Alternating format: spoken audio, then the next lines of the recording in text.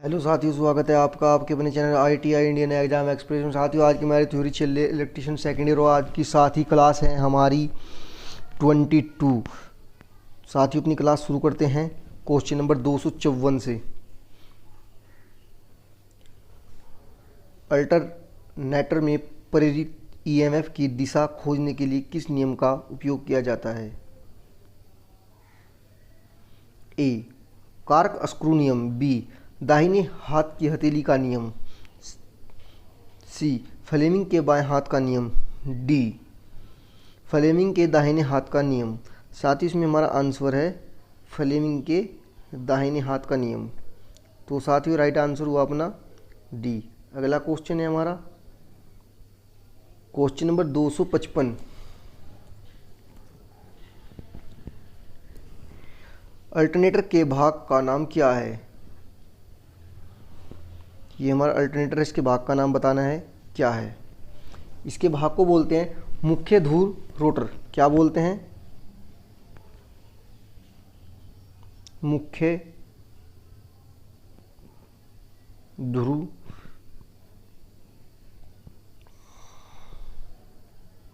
Rotor. देखते हैं answer में क्या दिया गया है। ए. स्टेटर। बी. उत्तेजक। सी. मुख्य ध्रुव रोटर। डी. चिकना बेलनाकार रोटर। साथ ही इसमें अपना आंसर है मुख्य ध्रुव रोटर। तो राइट आंसर है अपना सी। Question number 257। अल्टरनेटर को कैसे रेटेड किया जाता है? ए.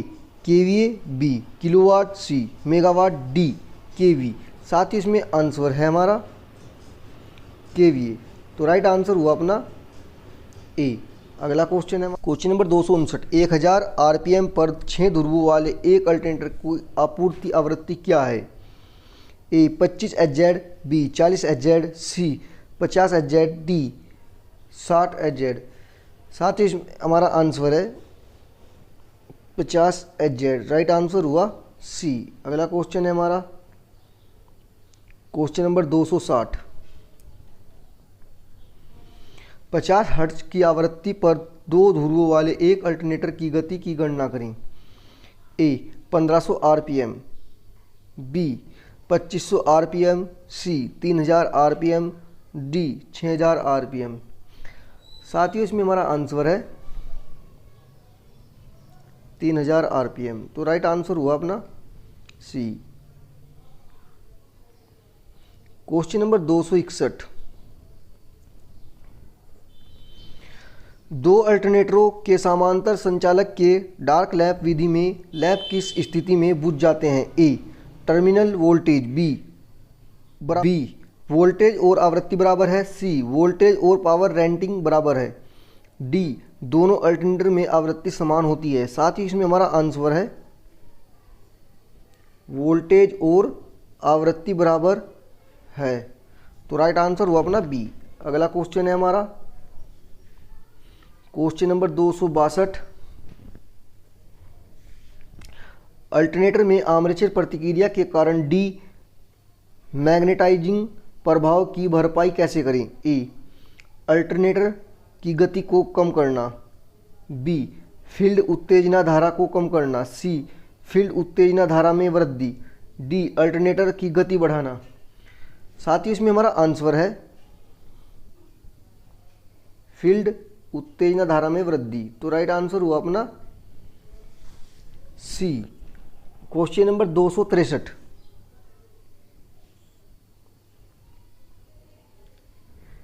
स्क्रोस्कोप को उपयोग क्या है?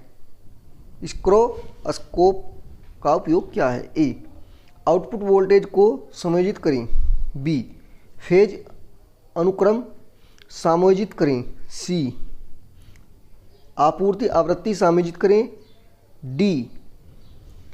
समानता के लिए सही तुरंत संकेत दें। साथ ही इसमें हमारा आंसर है लास्ट वाला, समानता के लिए सही तुरंत संकेत दें। तो राइट आंसर हुआ डी। Question number 264।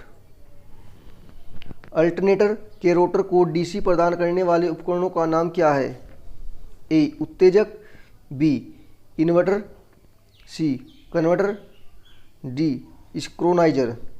साथ ही इसमें हमारा आंसर है ए उत्तेजक। तो राइट आंसर कौन सा है हमारा? ए। क्वेश्चन नंबर 265, अल्टरनेटर में डैम्पर वाइंडिंग का उद्देश्य क्या है? ए तांबे के नुकसान को कम करता है, बी वायु हानि को कम करता है, सी हीटिंग के प्रभाव को कम करता है, डी वोल्टेज विनियमन में सुधार करता है। साथ ही इसमें हमारा आंसर है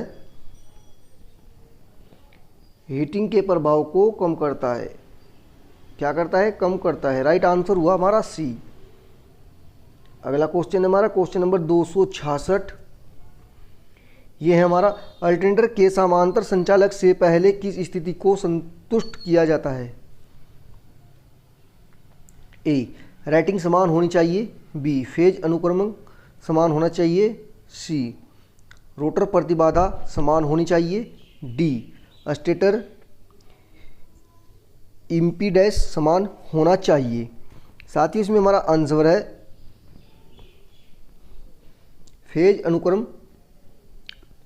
समान होना चाहिए। तो राइट आंसर हुआ हमारा बी। क्वेश्चन नंबर 267, 267, 4 पोल वाले रेटेड वोल्टेज पर 50 हर्ट्ज की आपूर्ति आवृत्ति के साथ जुड़े एक अल्टरनेटर की गति क्या है? ए 1000 आरपीएम, बी 1500 आरपीएम, सी 3000 आरपीएम, डी 4500 आरपीएम। साथ ही इसमें हमारा आंसर है 1500 आरपीएम। क्या है? 1500 आरपीएम। तो राइट आंसर है हमारा बी। क्वेश्चन नंबर 268, 2 अल्टरनेटरों के समांतर होने के दौरान 2 लैंप किस हालत में जलते हैं और एक लैंप बुझ जाता है? ए टर्मिनल वोल्टेज बराबर है, बी वोल्टेज और फ्रीक्वेंसी बराबर है, सी वोल्टेज और फेज अनुक्रमक बराबर है, डी दोनों अल्टरनेटर समान आवृत्ति प्राप्त करते हैं। साथ ही इसमें हमारा आंसर है बी वोल्टेज और फ्रीक्वेंसी बराबर है। तो राइट आंसर हुआ अपना बी। अगला क्वेश्चन है हमारा क्वेश्चन नंबर 269, यदि भार बढ़ता है तो अल्टरनेटर का टर्मिनल वोल्टेज कम हो जाता है। ए अक्षेत्र प्रतिरोध, बी आर्मेचर प्रतिक्रिया, सी प्रेरक प्रतिक्रिया, डी आर्मेचर प्रतिरोध। साथियों हमारा इसमें आंसर है आर्मेचर प्रतिरोध। तो राइट आंसर हुआ D. Question number 270, AC generator में डैम्पर वाइंडिंग का उपयोग करने का उद्देश्य क्या है? ए हीटिंग को रोकता है, बी तांबे के नुकसान को कम करता है, सी नुकसान को कम करता है, डी हीटिंग के प्रभाव को रोकता है। साथियों इसमें हमारा आंसर है हीटिंग के प्रभाव को रोकता है। तो राइट आंसर हुआ अपना डी। क्वेश्चन नंबर 271, अल्टरनेटर का प्रकार क्या है? इसका प्रकार बताना ही हमारा अल्टरनेटर है। इसका प्रकार है बरस रहित अल्टरनेटर, इसको बोलते हैं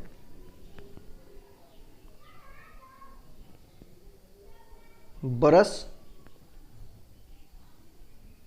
रहित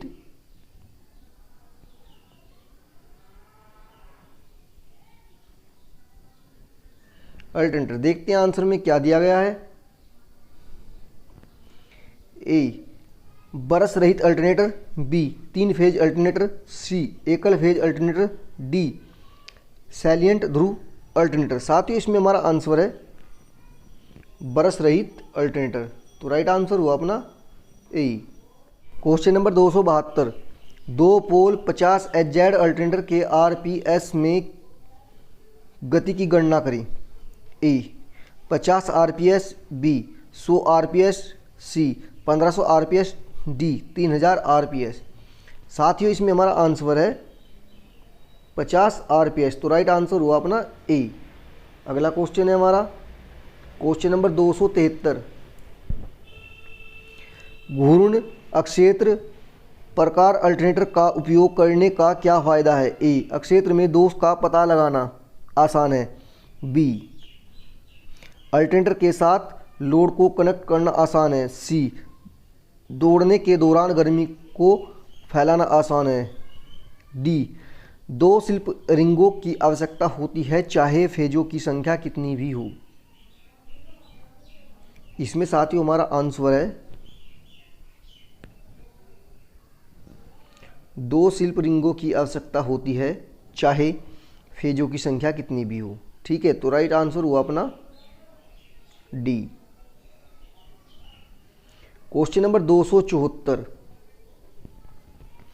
अल्टरनेटर में फील्ड उत्तेजना धारा को बढ़ाने से क्या प्रभाव पड़ता है? ए, विचलन को रोकता है। बी, अधिक वोल्टता से संरक्षण। सी, मर्ज शॉर्ट सर्किट संरक्षण। डी, अल्टरनेटर ओवरलोडेड होगा। साथियों इसमें हमारा आंसर है विचलन को रोकता है। तो राइट आंसर हुआ हमारा ए। Question number 275। अल्टरनेटर में 30 डिग्री कोण ए के साथ 36 स्टेटर स्लॉट 4 पोल वाले घुमावदार के लिए पिच फैक्टर केपी की गणना क्या है? ए, 0.942। बी, 0.965। सी, 0.978। डी, 0.985। साथ ही इसमें हमारा आंसर है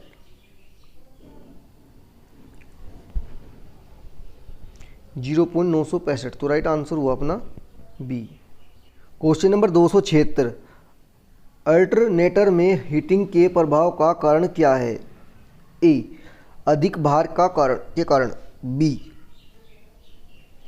बिना लोड चल रहा है। सी, गति का उतार चढ़ाव के साथ चल रहा है। डी, लोड में निरंतर उतार चढ़ाव के कारण। साथ ही इसमें हमारा आंसर है लास्ट वाला डी, लोड में निरंतर उतार चढ़ाव के कारण। तो राइट आंसर हुआ साथियों हमारा डी। Question number 277। यदि एक अल्टरनेटर से लोड हटा दिया जाता है तो वोल्टेज 480 वोल्टेज से 660 वोल्टेज तक बढ़ जाता है। वोल्टेज विनियमित प्रतिशत में गणना कीजिए। ए, 27.2%। बी, 32.5%। सी, 37.5%। डी, 38.5%। साथ ही इसमें हमारा आंसर है 37.5%। तो राइट आंसर हुआ हमारा सी। अगला क्वेश्चन नंबर 278। कन्वर्टर का नाम क्या है? ये हमारा साथियों कन्वर्टर, इसका नाम बताना है। इसका नाम क्या है? इसका नाम है सिलिकॉन नियंत्रण डिस्टकारी। क्या है? सिलिकॉन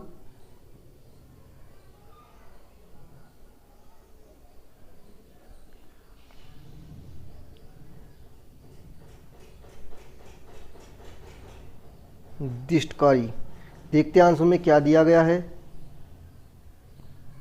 ए, धातु डिस्टकारी। B, rotary converter. C, mercury arc डिस्टकारी। डी, सिलिकॉन नियंत्रण डिस्टकारी। साथ ही इसमें हमारा आंसर है सिलिकॉन नियंत्रण डिस्टकारी। तो राइट आंसर हुआ अपना डी। अगला क्वेश्चन है हमारा क्वेश्चन नंबर 279। कन्वर्टर का नाम क्या है? ये हमारा कन्वर्टर, इसका नाम बताना है क्या है साथियों। इसका नाम है रोटरी कन्वर्टर। क्या है? रोटरी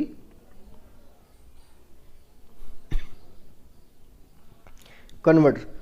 देखते हैं आंसर में क्या दिया गया है। ए, धातु डिस्टकारी। B, rotary converter. C, mercury arc डिस्टकारी। D, motor generator set. साथियों इसमें हमारा आंसर है रोटरी कन्वर्टर। तो राइट आंसर हुआ हमारा बी। अगला क्वेश्चन है हमारा question number 280। Synchronous motor operation के लिए डीसी आपूर्ति क्यों आवश्यक है? ए, हानियों को कम करें। बी, शुरू में मोटर स्टार्ट करें। सी, मोटर को ओवरलोड के साथ चलाएं। डी मोटर को तुल्यांक की गति से चलाएं। साथियों इसमें हमारा आंसर है मोटर को तुल्यांक गति से चलाएं, मोटर को तुल्यांक की गति से चलाएं। तो राइट आंसर हुआ हमारा डी। क्वेश्चन नंबर 281, जो इन्वर्टर और कन्वर्टर दोनों के रूप में कार्य करता है, ए धातु दिष्टकारी, बी मरकरी आर्क दिष्टकारी, सी अर्धचालक डायोड, डी तुल्यांकी कन्वर्टर। साथियों इसमें हमारा आंसर है तुल्यांकी कन्वर्टर। तो राइट आंसर हुआ अपना डी। अगला क्वेश्चन है हमारा क्वेश्चन नंबर 282, इन्वर्टर का कार्य क्या है, ए एसी को डीसी में बदलना, बी डीसी को एसी में बदलना, सी एसी साइन तरंग को समूत करना, डी डीसी को शुद्ध डीसी में बदलते हैं। साथियों इसमें हमारा आंसर है डीसी को एसी में बदलना। तो राइट आंसर हुआ हमारा बी। क्वेश्चन नंबर 283, कौन सा परिवर्क उपकरण ओवरलोड किया जा सकता है, ए दिष्टकारी unit, B rotary converter, C motor generator set, D mercury arc दिष्टकारी। साथियों इसमें हमारा आंसर है दिष्टकारी यूनिट। तो राइट आंसर हुआ हमारा A. Question number 284,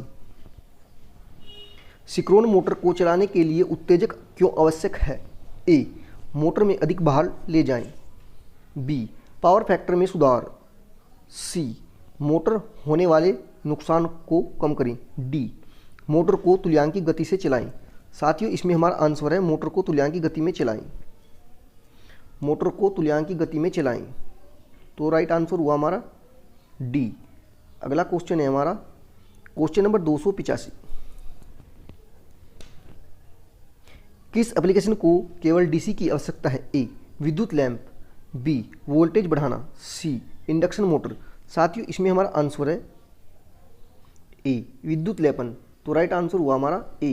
question number 286, दिष्टकारी diode में एलईडी को कन्वर्ट के रूप में क्यों टाला जाता है, ए अधिक टॉप युक्ति, बी बहुत कम शक्ति युक्ति, सी प्रकाश उत्सर्जन के लिए बनाया गया, डी तापमान के प्रति बहुत संवेदनशील। साथियों इसमें हमारा आंसर है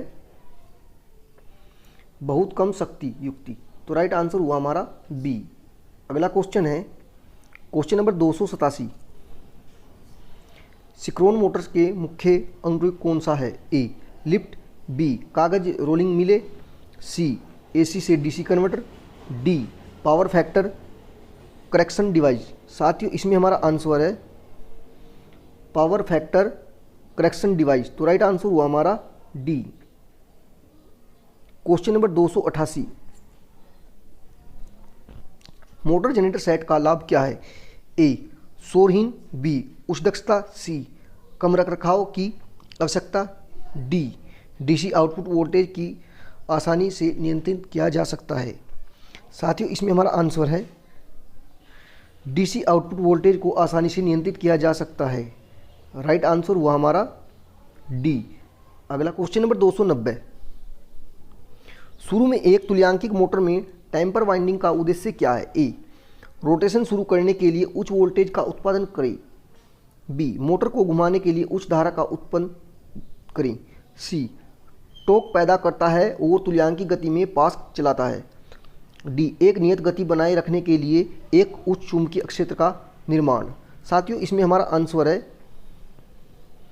एक नियत गति बनाए रखने के लिए एक उच्च चुंबकीय क्षेत्र का निर्माण। तो साथियों राइट आंसर हुआ हमारा डी। अगला क्वेश्चन है हमारा क्वेश्चन नंबर 291, सिंक्रोन मोटर सिंक्रोन गति से क्यों नहीं चलती, ए अपर्याप्त उत्तेजना, बी दोषपूर्ण पोनी मोटर, सी खुली temper winding, D damper winding में शॉर्ट। साथियों इसमें हमारा आंसर है अपर्याप्त उत्तेजना। तो साथियों राइट आंसर हुआ हमारा ए। अगला 292, सिंक्रोन मोटर को सिंक्रोन कंडेंसर के रूप में कैसे उपयोग किया जाता है, ए मोटर लोड में बदलाव, बी रोटर उत्तेजना में बदलाव, सी मोटर में स्टेटर वोल्टेज में बदलाव, डी मोटर में स्टेटर धारा में बदलाव। साथियों इसमें हमारा आंसर है रोटर उत्तेजना में बदलाव। तो साथियों राइट आंसर हुआ हमारा बी। अगला क्वेश्चन है हमारा क्वेश्चन नंबर 293। तुल्यांकिक मोटर में डैम्पर वाइंडिंग का कार्य क्या है? ए पावर फैक्टर बनाए रखिए, बी फील्ड वाइंडिंग को उत्तेजित करें, सी नियत गति बनाए रखिए, डी सिंक्रोनस मोटर शुरू करें। साथियों इसमें हमारा आंसर है सिंक्रोन मोटर शुरू करें। क्या है? सिंक्रोन मोटर शुरू करें। तो राइट आंसर हुआ साथियों डी।